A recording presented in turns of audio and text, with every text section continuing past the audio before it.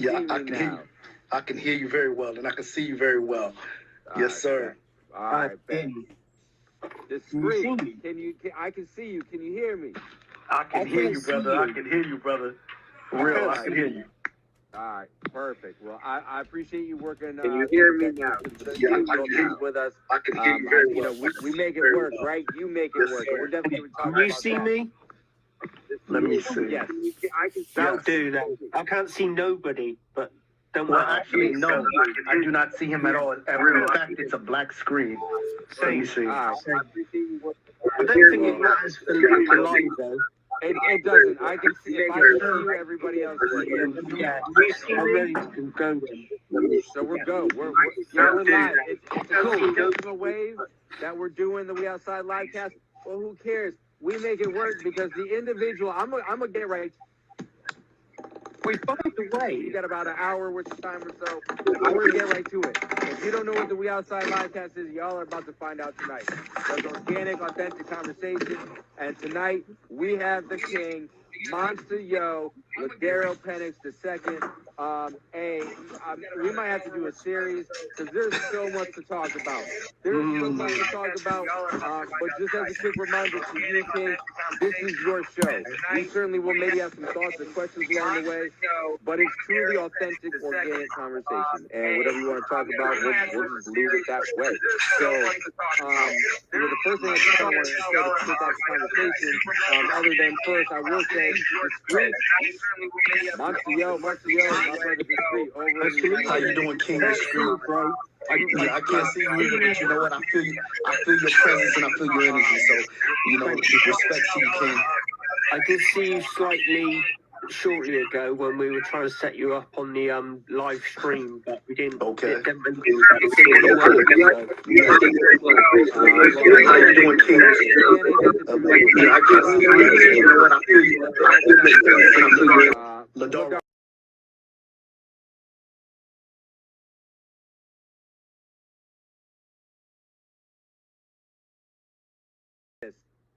One thing that has struck me about you, and one thing that like really hit me when I was putting some of the promos together in the last couple of days, man. Like and you and I have talked about this briefly through some messaging on Instagram. There's somebody that always has it worse. There's somebody that always has it better, right? It's about circumstance, but it's about mindset and that circumstance that people find themselves in. And I think you are a beautiful example of that because and you have been in most people's eyes imprisoned, right? You are what people would consider behind bars. You're behind these concrete walls, right? Which maybe was a reason for the streaming issues that we were having on the last stream. But you find yourself for 30 plus years in that circumstance, and you have done more in 30 plus years. You've probably done more in the last couple of weeks than some people really do in a lifetime. Right? Facts. So I want to kind of just kick off the conversation because I think it hit me as well, Discreet. When we had Dooney on, right? Dooney is somebody. If you're not familiar, Monsta Yo, Dooney is very closely related to X-Rated. Through their connection in Sacramento. Dooney has become a family member of the We Outside Livecast. He's become one of my family members. He's been in our house. He helped us move to Kansas City, and he is somebody that also spent 26 years, what society would say, in prison, behind walls. Right. And he said it for him. It was always about mindset. Like he was never imprisoned in his own mind because nobody could control his mind and what he was going to think and how he was going to kind of move, in the scenario found himself. So what has been your mindset that has led you to, and again, just to name a few of the accolades, 16-time, I believe, book author. You have three, at least that I know of, 3 different degrees. You run a suicide hotline that I believe is connected to the National Suicide Hotline here in the United States. You have been nominated for the Nobel Peace Prize. Yes, sir. You were a rapper. You've done tracks with Snoop, Prolific, Exhibit, Cocaine, just to name a few. And you're in a scenario that not the general public finds themselves in. So what is your mindset like, King, to be able to go ahead and accomplish the things that you've been able to in circumstances where other people literally fold or worse. You know, in the scenario where you are, where you live day to day. Well, for myself, I had to go through a huge transformation. I had to go through a process. In the beginning, when I came in here, my mind state was that of my environment. I was a product of my environment, and I had to survive. Stepping in, I've been incarcerated since I was 16 years old. I actually stepped into the prison grounds at 17. And so immediately I had to grow up. And as terrified as I was, I realized that in order for me to survive, I had to be a product of my environment, become ruthless and barbaric. And that's what I did in the beginning.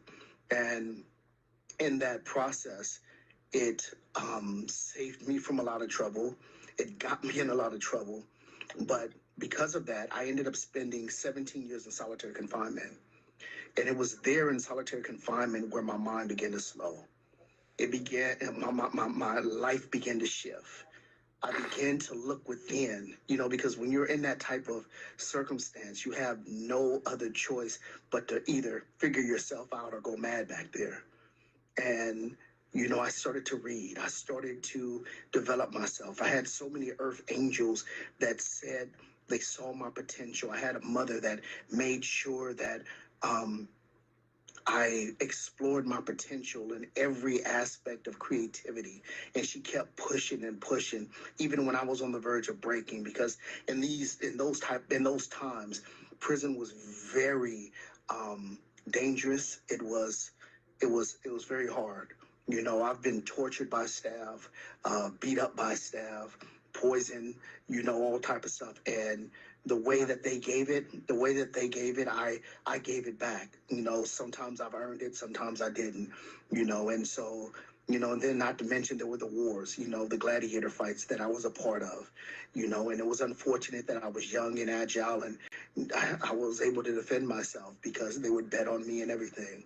But in that process, again, if it wasn't for my mother and if it wasn't for the various earth angels who saw my potential and said, you know what, realign your spirit, realign your potential, understand who you are a king. And when they started telling me these things, back then I didn't know the value of, that positive reinforcement. But as I started to develop myself and go through my own psychological readjustments, something began to manifest. And a king was actually born from the ashes of the rubble of who I once was. And that's when I started walking in the prestige of my potential. I started exploring my academics. I began to write.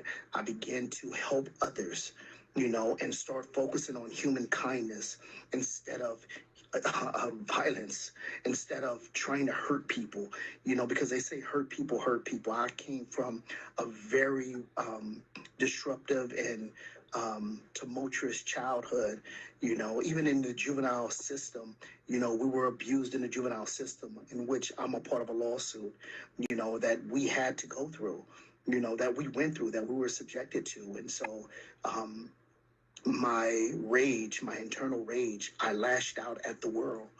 And so, when it was finally time to reinvent myself, I had to first forgive myself, then forgive others, and then just let it go. And that's what I did, man. And once I let it go, I just began to flourish.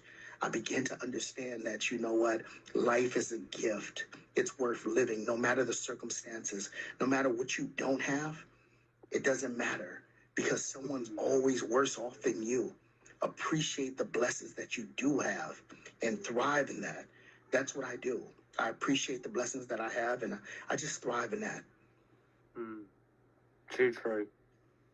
Yeah. Man, I can appreciate that because we all have our experiences, some, worse than others. And I've definitely experienced some dark times in my life as well, right? And I like, these days, I like to live by saying, everybody knows through the darkness, there's the light, right? So you got to let the light in. You have to. Absolutely. It is there, as you were mentioning, with all your earth angels that you had momentarily, mentioned ago, saw the potential in you, and then you were able to align yourself, to set yourself kind of on that path to help see, in yourself what those individuals have seen in you as well, right? Because I think, especially if you're so dedicated to whatever it is that you do, some of the things that you mentioned leading up to, that path of enlightenment, let's call it, that you saw for yourself with those earth angels putting you in that scenario.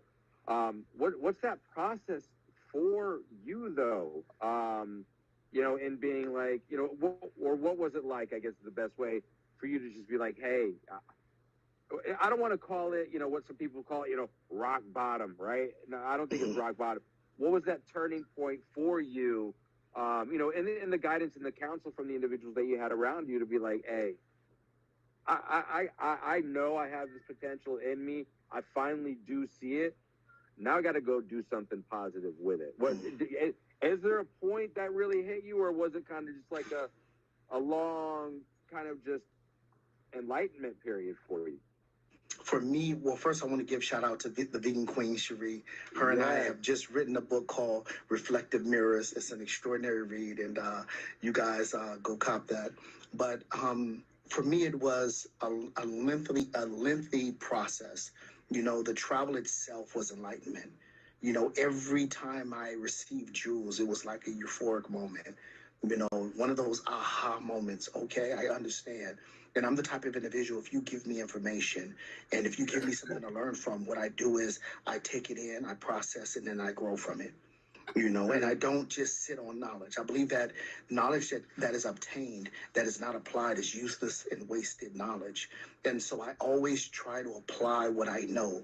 And what happens is that through that application, success is born, progress is made. And that's what I do. I apply myself on a regular basis. And so when I began to, absolutely, King, absolutely. Mm-hmm. And so when I first started learning things, when I first started,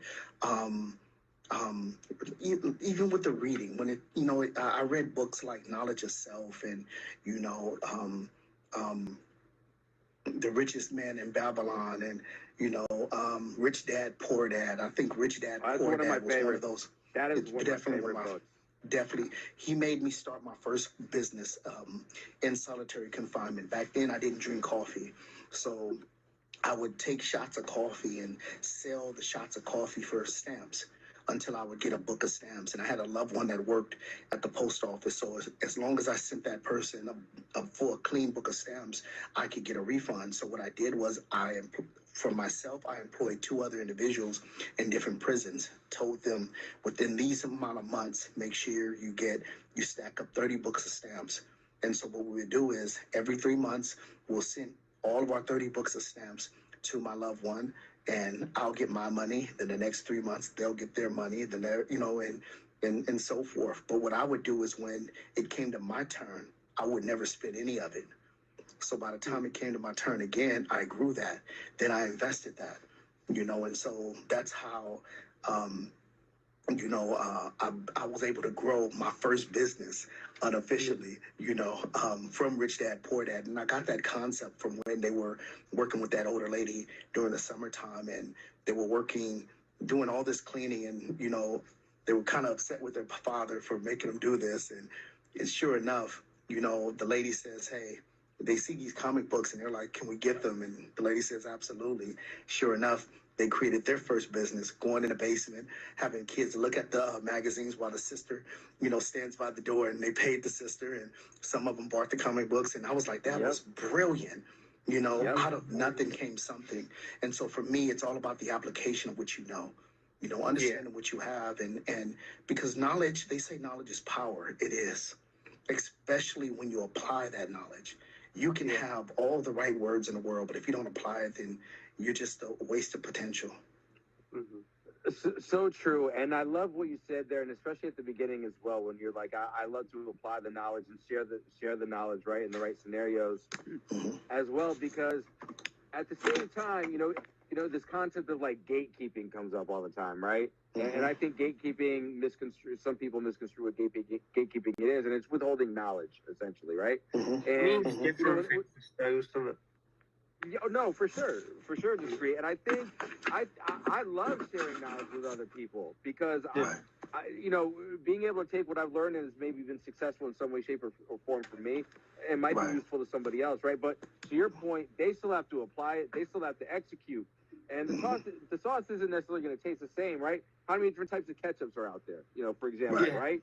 Right. So Whataburger's got their own. Heinz got their. Everybody's got their own. So it's how you execute, like you said, with the knowledge that you have, and why not? Like, why not? And again, for all the things that you've been able to do as well, I think it's dope because it is about mindset. Because things aren't always going to go as easy or planned as you necessarily want. We can only plan and control so much in life. I suppose once you've built a brand, you could sell anything. Absolutely. Yeah. But the other thing is, Discreet, I just want to say this right quick, is that you said something that you reinvested everything like dang near immediately, right? Like a lot of people are like, oh, wow, cool. I've got all this money now as a business owner. But yes, you got to go make that money again. But why not branch off? Like, I'd love to be a part of or have as many businesses as possible because, in addition to being diversified, you have to continue to reinvest in yourself to diversify, right? Absolutely.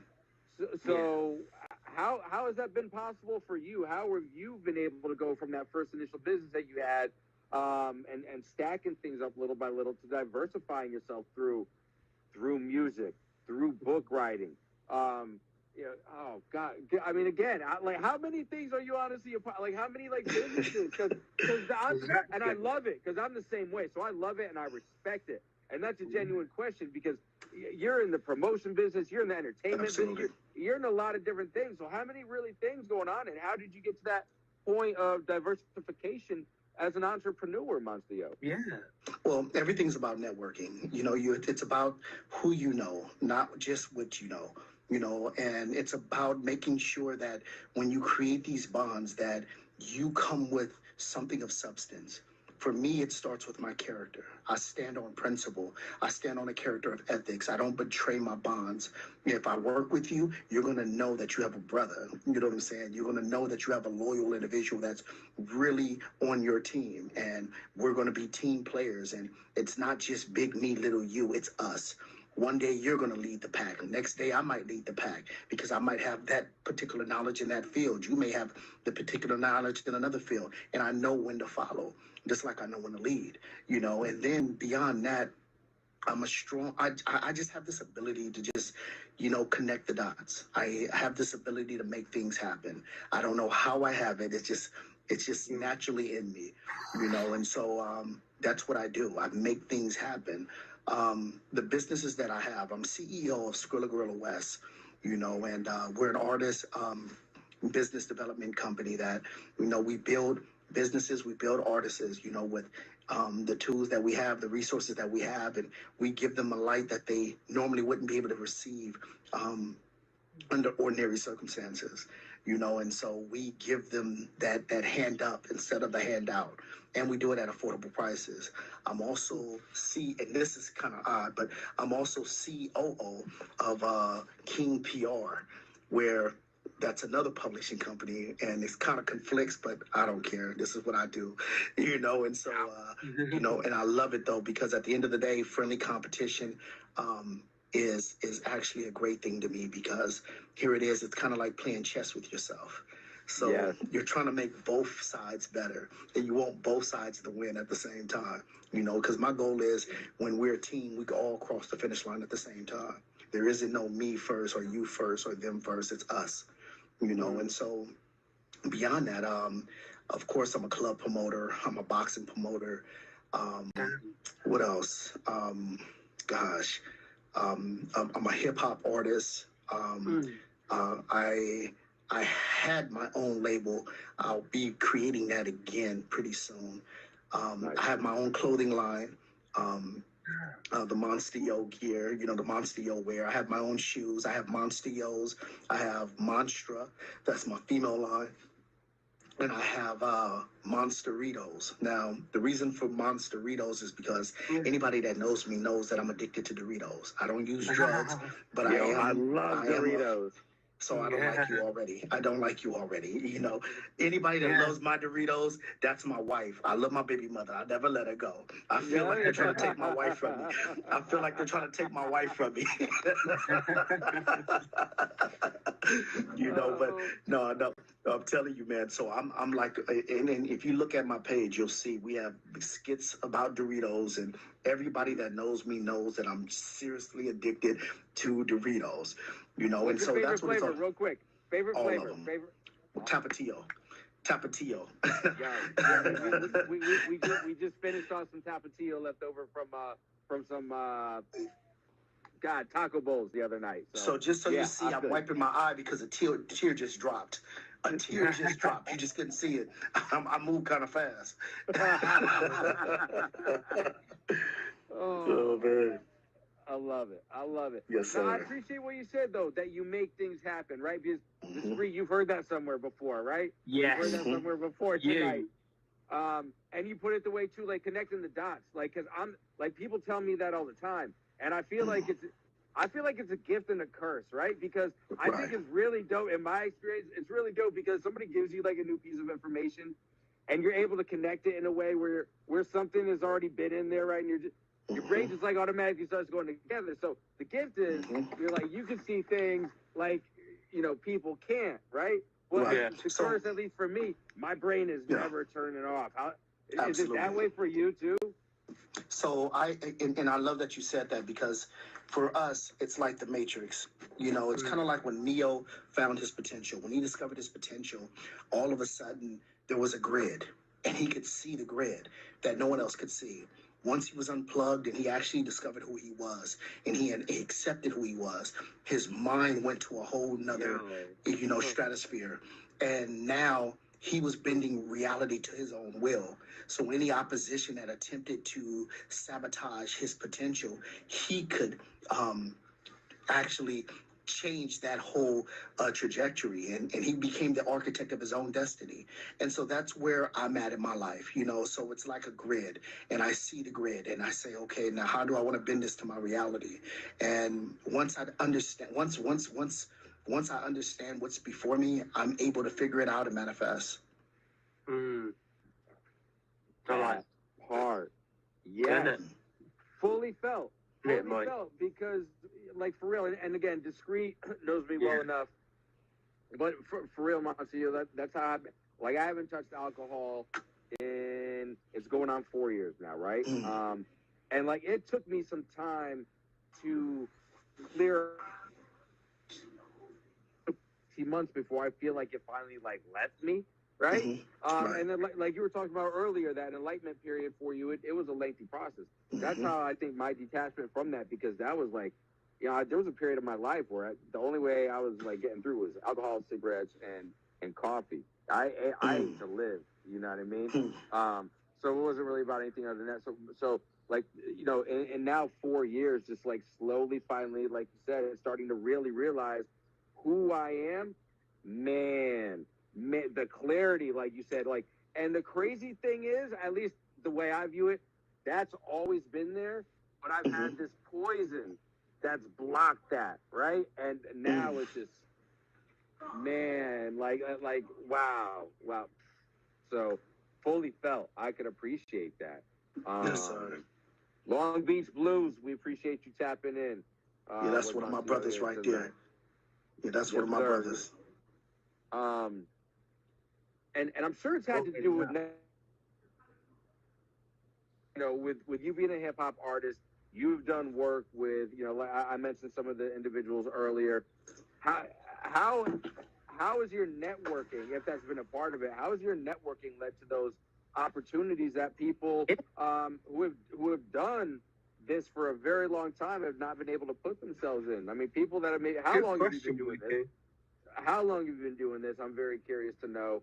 And again, how's networking helped you lead up to the opportunities that you have found for yourself in the hip hop world? Okay, so I've been rapping doing hip hop music since I'll say around 94. I think I wrote my first rhyme in 94 when I heard The Regulators. And when I heard Wow. regulators, I was getting out. I was getting out of a juvenile detention center, and I hear Warren G. Regulators, mount up. It was a clear black night, and all of a sudden, Yep. like knowing that he's from Long Beach and I'm from Long Beach, it was such an inspiration, and it inspired me.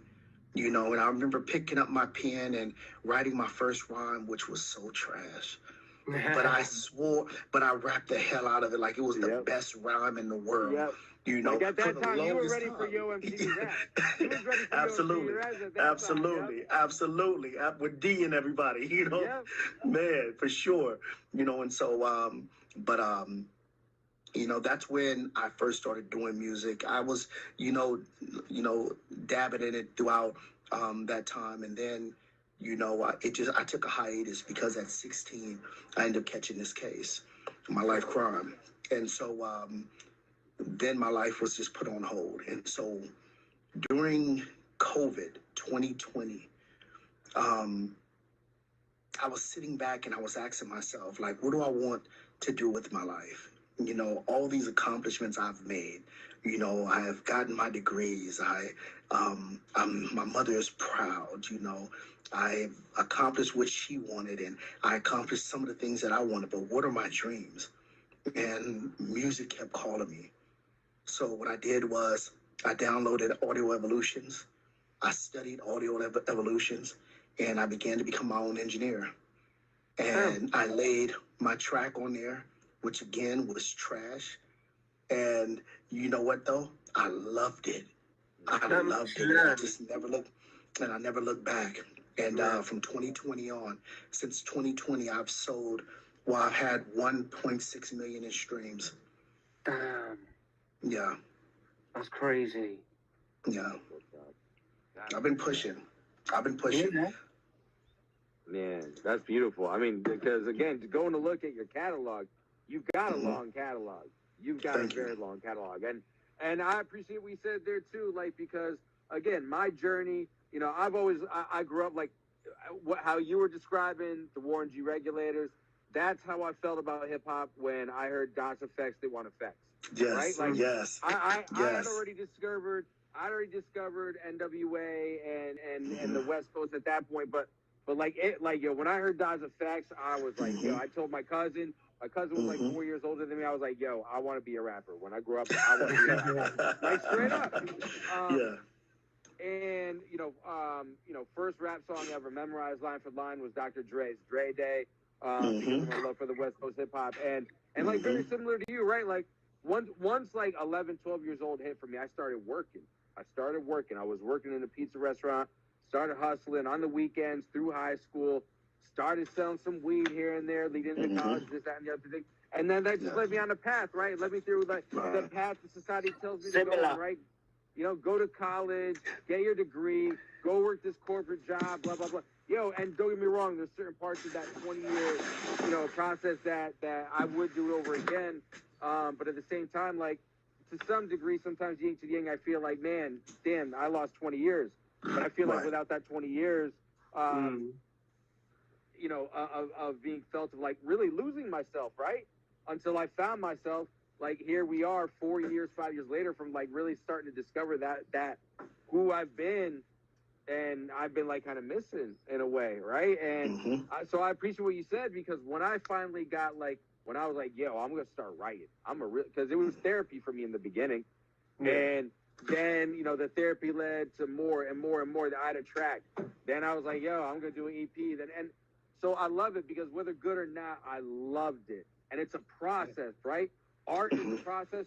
Sharing our messages is a process. So if you could kind of talk a little bit about what that process of growth for you with your music has been like, as well. I am 23 Mula. Appreciate you joining and tapping in tonight. So that's one of my artists that I manage, 23 Mula. Free Monsta Yo, for real. Shout out to my little brother. He's another phenomenal artist that performed at an event that I was one of the sponsors of. For LA Bandits birthday party. It was lit. He showed out. Shout out to 1700, Cedric Carter 1700, who tore up the spot, and man, it was lit last night. It was lit. No, They took over. That's what's up. I'm glad everybody had a good time. But yeah, that process of your music journey, what's that like for you to get you to the point where you are, you know, almost 5 years later from that COVID period that you started talking about kind of like picking it back up? Well, the process of my music journey was, you know, one thing about me, I always exceed myself. And so first I see where I start. I say, okay, well, how can I evolve from where I'm at? And so what I would do is I'd go in that dictionary. I already know the words. You know what I'm saying? I have a very extensive vocabulary. So I said, okay, well, I know these words. So how do I, you know, formulate these into something that will challenge me? You know, and a lot of individuals say, well, if you've changed, why do you rap some of the things that you rap? Why do you have those particular lyrics? And I do have a method to my madness on that, but I'll get to that a little bit later. But, and so for me, I was always my thing was always challenging myself. And so once I got to one point, I said, you know what? Let me see if I can do something better. And so it starts off with me with just the beat. I have to feel the beat. If the beat speaks to me, it's over with. That track is done. If it doesn't speak to me and I have to force it, everyone always tells me it was good, but I'm not a big fan. You know, I'm my own worst critic, you know, and so that's what it is. But you know, that for me, it was just a matter of just constantly reminding myself that I could do better. And because I'm my own worst critic, I just kept stepping it up, you know, and I had all these phenomenal artists that I managed that would challenge me. And that was the best thing ever because friendly competition don't hurt, right? They'll lay down a track, then I'll lay down a track and be like, well, let me go back in the lab. Oh, let me go back in the lab. You know what I'm saying? Yeah. And that's what it is, you know? And so that's how I developed, man, through friendly competition, through hard work, knowing I could do better, listening to other hip hop artists, and even listening to a lot of the rap today. Not lyricists, not hip hop, but rap. And I said, well, if they're rapping like this, I got the beat because I'm actually saying something. Yes. You know what I'm saying? You know, and so, you know, I respect lyricists, and there are some lyricists out there, some real lyricists. You got like lyricists like 2-3 Moolah, you know, Cedric Carter 1700. They really spit. You know, they really tell a story. They take it back to where hip hop, you know what I'm saying, the origin of hip hop. You know, you got LA Bandit. You got LA Bandit. You know, you got so many out there, you know, Lady Too Much. Dominique Danielle. You know, there's so many individuals that still have it. You know, then when you think of the mainstream, Kevin Gates, I respect that man because he speaks to you. You know, he might be a bit eccentric, but he speaks to you, though. He knows he's authentic. Truth. He's authentic. He's very authentic, absolutely. Even Lil Wayne, listen to his music. You may not like the person, but his music is phenomenal. You know, and so, those were individuals that I was inspired by, and I made sure that I leveled up. You know, now to go back to why I rap the things that I rap. And so for me, I wanted to change society. I wanted to change the world. And I couldn't change the world rapping music like Will Smith. You know, the streets, the YNs, they don't respect a Will Smith. They respect someone that they know has been through what they've been through. And I definitely have been through what they've been through. I've been a warrior through and through. And because I've been a warrior through and through, I wanted to share with them what I've been through, my experiences, so they know that they're not alone in their experiences. But when it comes to these interviews and magazine articles, I make sure I speak the truth. You know, the life that we live, it's not worth it. It's full of shit. Definitely full of shit. You know what I'm saying? We're brought up in a delusion that we must hurt each other in order to be somebody. You know, majority of individuals are part of their tribe. They don't get a rank or a title from hurting an op. They hurt each other. And they become somebody by hurting their own. You know what I'm saying? And then what? What, you're a top dog because, you know, you're hurting your own people, your own kind? Not at all. I refuse. I'm here to save these young kings.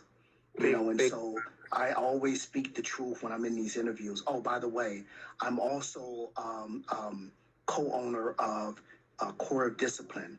It's a martial arts dojo. Well, Harvey and Pennix, core discipline Harvey and Pennix, and that's myself and LA Bandit um, dojo, where we teach young kids martial arts. And but there's a catch to that. So every kid that's a part of our dojo, they get in for free. But the catch is that they have to have a guardian who signs up and pays. And the Makes reason sense. why we want them to have a guardian is because we're trying to restore the balance of respect in the home. When both the child and the guardian are performing together, learning together, it teaches them both how to be a student, how to grow together, how to respect each other's growth. And so that's what we do. And so under core of discipline, where we provide just not just martial arts, but various resources and tools to help develop and build the home.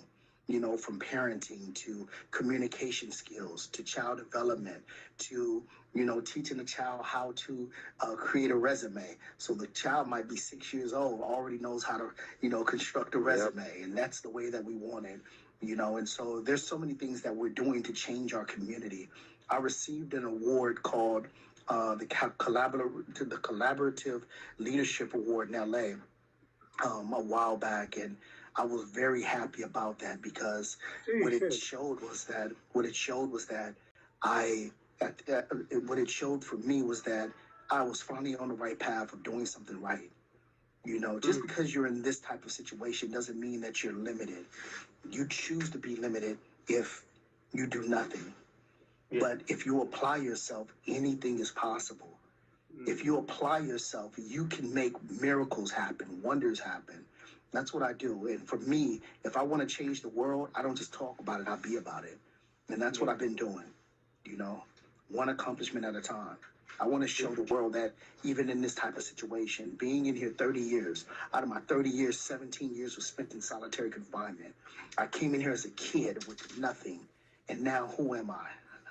Where am I at?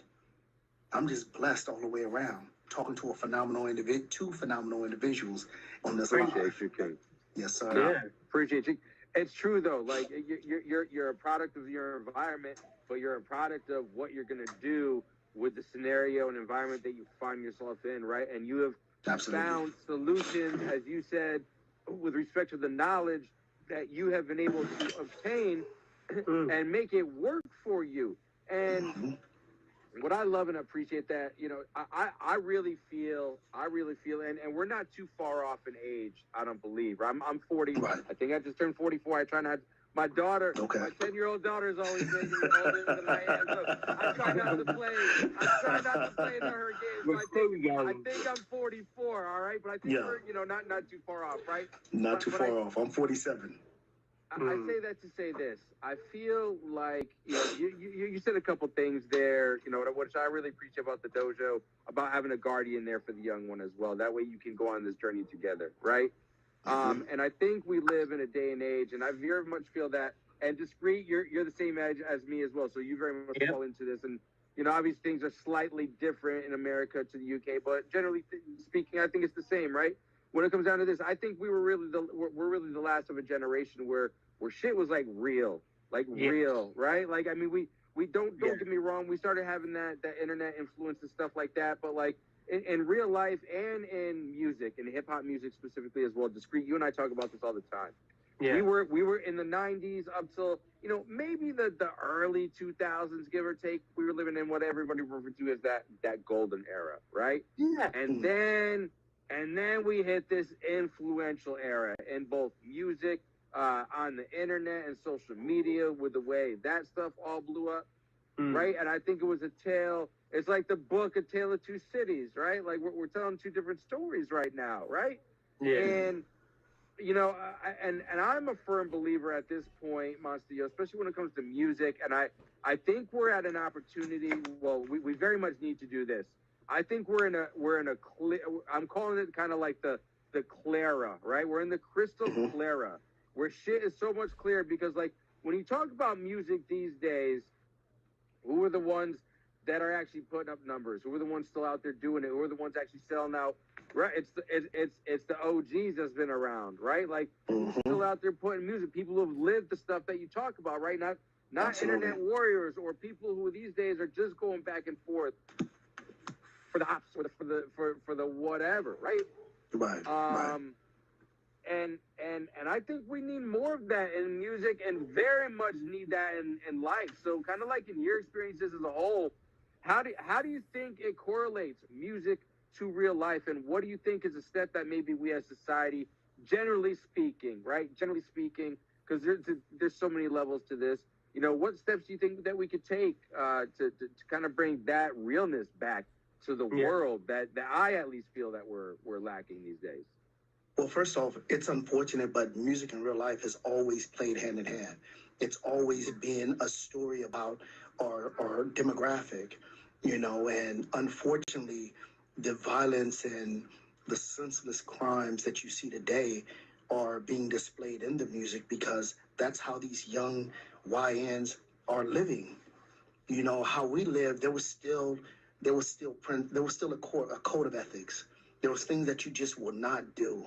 Now it's a matter of just displaying everything. Everybody's telling on themselves and swearing that everybody's telling on them. You know what I'm saying? And it's crazy um, how destructive we've gotten. And the problem is that they removed so many people's fathers. And a lot of the men that were left behind were either addicts that weren't able to be present, or individuals who didn't know how to be fathers themselves. And so the YNs were left to raise themselves. And when you have a bunch of, you know, um, kids raising themselves, it kind of becomes that, children of the corn syndrome, and so we see it every day. We see the Malachis and everyone else, and so, and that's unfortunate, but it's always correlated hand in hand. How do we change this? Well, one, we start taking accountability. We start being responsible. And I'm not saying utilize music in the sense of, hey, it's all positive. No, we have a story to tell. So many people have grown up in real poverty-stricken homes with abuse. What Tupac have? He had a song called "Brenda Had a Baby," about a girl being raped by her own cousin, I believe. You know what I'm saying? And so much more. So, we have to tell our stories. That's what it's all about. 12 years old. This is therapy for us. It's therapy for any artist to be able to display, even if it's on some wicked stuff. They have this tension and energy that they got to get out their system, because if they don't, they're going to go postal. You know what I'm saying? And so the whole purpose of music itself is, one, to be creative, two, to express, the life you've grown up in. Three, it's just a matter of just telling people, where you come from, well, the same thing, but, just telling people where you come from. For myself, it's always been therapeutic just to get those lyrics out there. I sometimes was in a dark place, and I'd rather put it on paper or put it on a track than go out and do something that's stupid. You know what I'm saying? Because I'm feeling what? Agitated?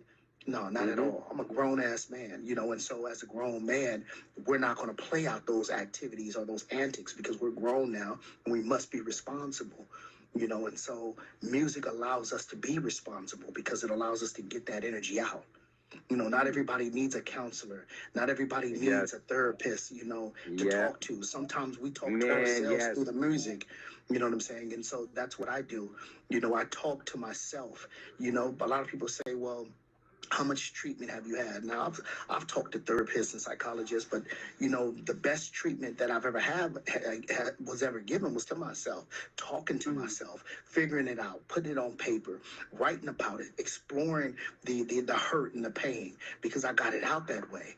And I became invested in that because now I was committed to healing myself. So when I'm talking to you, like I'm talking to you two right now, I'm talking to myself as well, and I'm listening to myself consciously, attentively, because I'm learning as I'm speaking. You know what I'm saying? And so that's what it's all about. Music allows people to obtain, a sort of peace, and but at the same time, we need to also be mindful as artists to express to the world that we're artists now. We're no longer thugs. Yeah. You know, that's something that really pisses me off, because here it is. You'll get an artist that gets so caught up in his hype that he starts to believe he's untouchable. He starts to believe he's Scarface and everything else. He becomes the character. And that is the problem. We are entertainers. My name, Monsta Yo, doesn't make me a monster or a goon. Yeah, I'm a monster in the hip hop world when it comes to rapping. You know what I'm saying? Yeah. When dropping them lyrics, you know what I'm saying? Entertaining. Yeah. But when it comes to my real life, I'm a humbled individual who loves people around me, and I'm loyal to those who are around me. And I am my brother's keeper, just like they're my keeper. I totally understand. I mean, truer words I don't think have really ever been spoken, and I appreciate what you said about your music, right? Because in order to help guide that next generation, the future, the young ones, we have to tell the reality, right? We can't sugarcoat stuff. We can't, because we can't really. Two things: we can't really help them, I think, the right way. But two, for those of us who have gone through some of the things that they go through, I don't think, to what you were talking about as well, Monsta Yo, you know, with respect to, you know, healing ourselves, I don't think it's being real with ourselves that we're still going through that healing process also, because you're right, and I agree with you. I've seen therapists before, I've seen people before, and at the end of the day, while I appreciate some of the tools that I've maybe been given by them, at the end of the day, we as individuals, we still have to take those tools and process them the right way and in a healthy way, so we can still work through all that bullshit that we're talking to somebody for in the first place. So I think, to your point, if we could find a way where we can be self-therapeutic through music, which that is very much done for me, and a whole lot of, and especially as that continues to evolve, then why not take that, right? Because it's like you were talking about earlier, like, I'm at a point in life being an entrepreneur now too, like if I need something in life, right? Like if I need something like more on a consistent basis, okay, well, is this something that I'm going to buy on a regular basis? Is this a service or a product that I'm going to need to buy regularly? Or is this something that I realistically can start a business for? You know what I mean? Right? So why not be able to take care of it? Because we all, at the end of the day, to the points that you've made also in that last part of what you were saying, we still have to execute for ourselves as individuals, whether it is selling a product, whether it's giving ourselves the best therapy that we can give ourselves as individuals, right? We still have to execute for ourselves day in and day out. So I just wanted to touch on that a little bit and say I appreciate you for that, because I get it. You know, I get it. It takes a special person to do that. That not everybody, can do that. And music. What do they say? Music and math are the languages of the world, right? Those are like really the only two languages of the world. Absolutely. Even if you can't understand the words, Discreet, you're a producer, Discreet. You know this. Yeah. I mean, like, music speaks to you. I don't care if you know the words or not. Like, if you could, Monsta Yo, like you were saying earlier, with respect to the beach that you like to get on, like, you got to feel a beat to get on it, right? Like, so absolutely. It's the same thing when you're listening to other music. I mean, knowing the words just catches you. I can be like trying to make something for a long time, and then all of a sudden, something, I'm like, here we go, I've got it. It just clicks. Absolutely. And sometimes it talks to you in such a way. He's absolutely right. DJ Discreet, he's vicious. He understands what I'm talking about. It talks to you in such a way that you feel it. Like, there was this one beat, and I will never forget this beat because it's one of my favorite songs that I ever did, because it was so therapeutic. It's called Mama. And, there was this beat, and the beat would not, I had this beat for like a few years, and I could sleep and hear the beat. And one day this is no lie, one day I got up and I had, like, my tears were in my eyes because I could feel it. And I just started writing, "Dear Mama, I apologize for," you know what I'm saying? It took me, you know what I'm saying? And then it became the creative process. Well, how do I actually, build this, to something? And so then I thought, well, you know what? Let me have my grandmother on the track. My grandmother's a minister. Let her pray. So you know, without her even knowing, I called her up and said, you know, were having our normal conversation. I said, well, let us pray. And she started praying, and I recorded that part. And so and I put that into the song. And then afterwards, what I did was I did a music video to it. Mm-hmm. Yeah. And so, you know, and that it was just wonderful just to be able to make my granny proud and my mom proud and my family proud through that music video, you know. And so, yeah, that was one of my moments. Beautiful. So beautiful. Man, that's super cool. Anytime you can include your family, especially someone like your grandmother, who I'm sure has had such an influence on your upbringing, your life. As well as you know, both my grandmothers were, but one more than another. My Nana lived in our household until I was 16 years old. You know, I was very, very close with her, so I respect that wholeheartedly. Because that's a special type of relationship. Absolutely. Right there. Right? Absolutely. For real. My question with respect to music that I want to touch on as well, I think is important because I think, you know, anybody that really understands hip hop, right? I think the person that has most famously released recordings in the past, you know, of course, has been X-rated. You know, for the 31, you know, give or take years, I think it was that he spent some time, you know, he put some tracks, you know, a lot of different projects out. What's, you know, when he was doing it back in the mid to late 90s, it was literally through the phone. You know, Brother Lynch hung and the way that whole team had things together, a little different now. What's that process like for you being able to record, you know, in your day-to-day scenarios, because man, I'm like, it's a challenge to do it not being in that scenario. So what's that challenge like for you, putting together music and recording from, you know, even if you're just taking like, you know, an idea all the way through to a finished finished produced track is what I'm trying to say. Okay. So the process is, well, first, I have thousands of beats that I bought that I have rights to. You know, that was one of the first things that I invested in, beats. Because without beats, what do you have, right? Acapella. Nobody's going to buy a whole track of acapella, right? So then from the beats, what I do is, again, I go through the process of listening to the beats. And once I figure out which beat is going to be, I'm gonna drop a track to. It's a matter of, it depends. So if I'm on the phone, on the state phone, I have to do it in increments. So I do a lot of punch-ins on the phone while my engineer puts it together. If I'm doing it another way, I still do punch-ins. I think that punch-ins are one of the best things to ever be created when it comes to engineering, because now you keep your win, you know, and you get clarity, and you can put more impression in your voice with each line, you know. And then what I do is I always sync the tracks, and you know, make sure everything is balanced, and then I just go into that whole little process of just piecing it together. I don't want to give away all my secrets. I'm quite sure DJ, Mr. Discreet know what I do, but you know, yes, but you know, I put my magic to it, you know, and you know, I love, you know, I have these presets that fit my tone, and so, you know, I make magic happen from there. And then what I do is I send it back out to my engineers, because I have a variety of engineers that I deal with, and then they make their magic happen.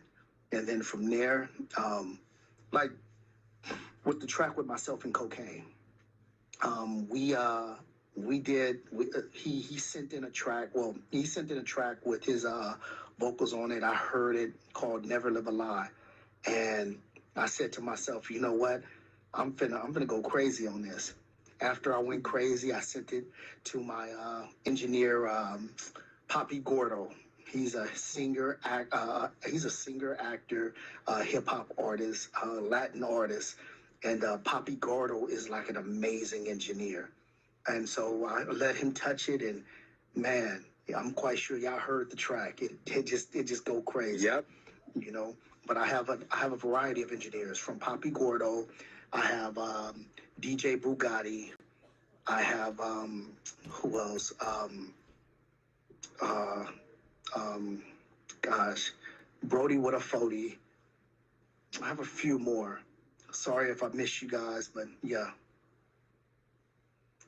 I like that. It's dope to have a team, and that's a theme that I've been taking from a lot of things that you experienced in your life and things that you built for yourself. And I stand on that as well, right? You got to have a team. You got to have a team because, you know, like the good old saying goes, the more the merrier. Like, I love to have people around me that are smarter than me, right? Like, I Absolutely. do. And, like, anytime, even when I was working in the corporate world, like, I was always trying to hire people that make me look good. Like, why wouldn't you? Like, honestly, like for real. Like, if you're trying to look good, put people around you that are smart. Like, I live by a saying, I'm not the most intelligent person in the world, but I am one of the smartest because I know how to utilize the resources around me, right? And, you know, when I'm talking to people, because I'm an investor in addition to being an entrepreneur, and I try to talk to people about being an investor. And that doesn't necessarily always mean about money, right? That could be your time or, you know, knowledge that you might have to offer somebody, right? And it's just like, yo, would you rather have, you know, like 50% of $1 million, or would you rather have 100% of $1,000? Right? So, like, pick your poison. So, like, I'm happy to build a team if I have a strong feeling and belief that it's going to take me from that $1,000 scenario to that $1 million scenario. Yeah, I'd still rather 20% of $1 million than 100% of that $1,000. You know what I mean? Like, yeah. So what do you look for? And I'm sincerely, genuinely, and selfishly, because I'm a pretty intelligent individual as well. But bro, you're doing some things, and anytime I can get some free game from anybody willing to share anything. What do you look for? Because I know what I look for in a team, but what do you look for when you're trying to build a team around you in one of your endeavors, whatever that might be? Okay. So what I look for, one is, well, a couple of things. Dedication and consistency. That's a priority. An individual that is willing to follow and who also knows how to lead. Because again, I know when to step back and say, here, you take this task. You know what I'm saying? And you direct me. You know, and so they got to be a go-getter. They got to be driven. They got to be creative, you know, and I don't need yes men. I need you to tell me when I'm acting like an ass or when my music is crap. You know what I'm saying? Because that's what's going to make me better, you know. And so, what else? Loyalty, you know, a code of ethics. We don't step on the next individual. You know, we don't backbite. I can't stand that. You know, so many people in this world. Yeah, real talk. I mean, as men, first off, as men, we have adopted a lot of these feminine qualities that are not supposed to be us. You know, there's been attack on our masculinity. You know, now they say that it's toxic masculinity because we want to defend ourselves or because we stand firm. Well, that's because, you know, women are not used to men being men because the men that were left behind have accepted this weird stuff. You know, and the reality is that as grown men, you know, we have to set the tone. We have to, of course, be responsible over our emotional politic, over our social politic. We have to understand what we are doing. We have to live our potential. We have to make sure that we stand on principle, that we keep our word, that we hold true to values. You know what I'm saying? All those are assets, not liabilities, but assets. And so I look for people who create assets. I look for individuals who, as you said, that are actually smarter than me at times, you know, because again, it is those particular geniuses or even the idiot savants that will take you far. You know what I'm saying? And so that's what it's all about. And so I look for the unique individual. I even look for the underdog because the underdog is hungry. He's driven and he wants to go there. And I want to build that right there. You know, and if they're willing to be taught, if they're willing to grow, I'm going to help them. If they're not, then I'm going to discard them. Yes.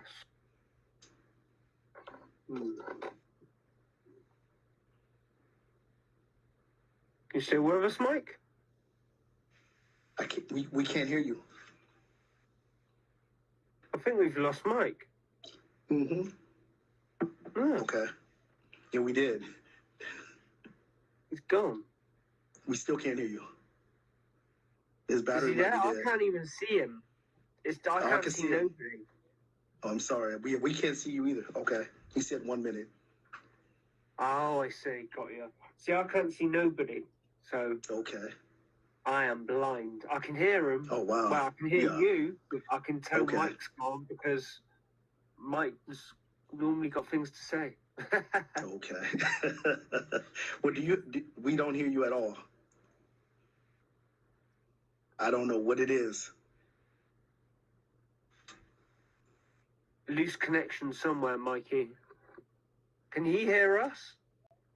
I think he can't hear us. Yeah. He can hear us, but we can't hear him. Yeah. Is it true then that you've worked with Eminem as well, Monster? Yeah. Yes, I did. I've worked with Eminem. I've worked with Eminem. I've worked with Sean Kingston. I've worked with Nipsey Hussle. Buster? I've worked with Nipsey Hussle, Exhibit, The Chill, Corrupt. Exhibit. Yes, Corrupt. Snoop, Cocaine. Cocaine is probably is one of those phenomenal artists that, you know, I really genuinely have love for. Like, he is one of those artists that he takes you to the next level. Cocaine is a boss in this game. He's the most featured artist of all time. Is you know it? what I'm saying? Yeah, he is. He started off with Ruthless Records, and he has a history and he has a story. But I'm gonna tell you this: Cocaine is an individual that you want to learn from, because he's the truth.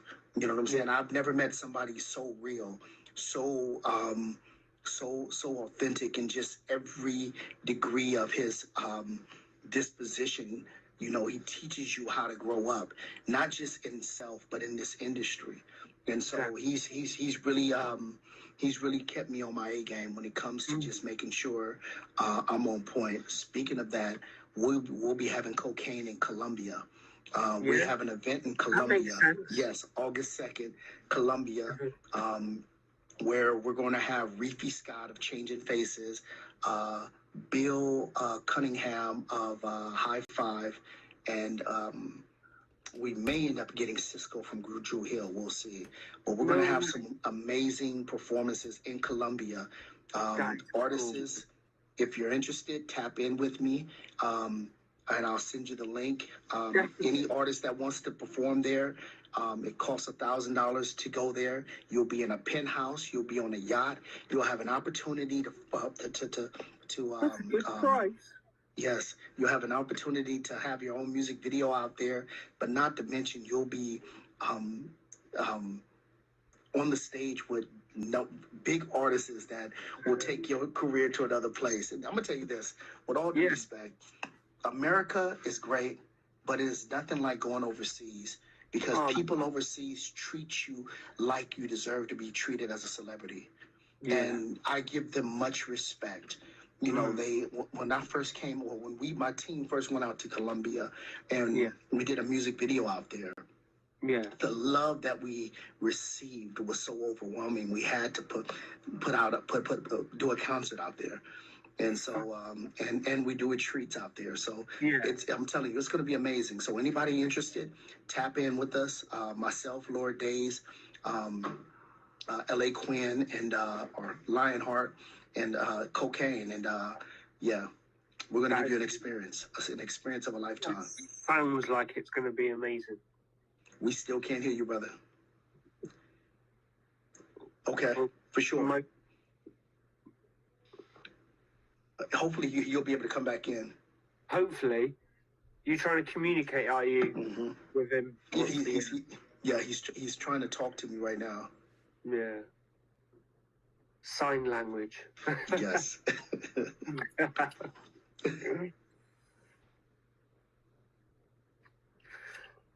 Yeah.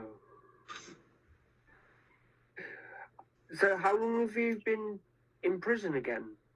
For 30 years. 30 years. Yeah, 30. Can I ask since I was 16 years old. Damn, is it for murder? Yes, it is. I was going to say, if it was that long, I'm guessing, for anything, it's got to be that. But obviously, you're not that person no more, but... Absolutely. Well, one of the best things is that I finally got a reversal. So I'll be going. My first court date was yesterday, but they rescheduled it for next month. Well, in July. Well, in July. So that's going to be the start of me getting resentenced. Brilliant. Yeah. Good news. That is good news. Yeah. How's Mikey getting on? Can you see him still? I still see Mike, but I don't know what happened. He said he was going to log into his other account, but. Oh, right. Yeah. Crazy. Okay. Are you on a time limit then, Monsta Yo? No, we're good. We're definitely good. Cool. Shout out to Big Ounce, man. Big Ounce is another extraordinary artist. Oh, Say definitely. Big shout. I was going to say, how do you find life in prison? Obviously, you've been there for a long time, so you've obviously settled down. But how is it? Like you said at first, you probably had a lot of fights. Yeah, absolutely. So at first, it was right up my alley because I was a kid that was trying to earn his bones, if you will. I was trying to be somebody. And not only that, though, it was, when you're a youngster, you're not looking for rehabilitation, and they wasn't giving it back then. No. But when you get older, you settle down and you start to realize that this is not my home. This is not a place that I want to be. This is not fun. This is not exciting. There's nothing to glorify. I think, am I right in thinking at first, though, you haven't got a lot of choice but to defend yourself and get involved in these fights? And absolutely. But once you grow up, you now have a lot of leadway on determining what you get into and the things that you engage in. And again, when you have knowledge of self, you become the architect of your own destiny, shaping and molding your world to what you want it to be. For myself, I had to reclaim me. And the moment I reclaimed me, this no longer became my home. This is an institution of higher learning, but it's not my home anymore. Yeah. And I don't live in it as such. I don't look for the crowd to be in. I don't try to make friends. I'm a teacher. I teach these young kings how to be better people. Exactly. And that's it. And those who want to learn, they get the knowledge. Absolutely. Those who want to learn, I give them the benefit of my knowledge. Those who don't, I let them be themselves. Yeah. Totally agree. You just got to let people, help who you can. But if people don't want to be helped, then there ain't much point, really. Absolutely. Absolutely. You got this, Mike. You're going to figure this out. People have got to want the help to start off with. Yeah. You can't force them. No, that's a fact. That is a fact. Too true. Nothing. Okay. Okay, so he's going to be cutting us off, and then he's going to come right back on, and we'll just jump in once he logs out, because I think he's the one that started this live. Got you. Okay. That makes sense. Okay. Right, we need to log out, really. Okay. Right. Yeah. Let's go.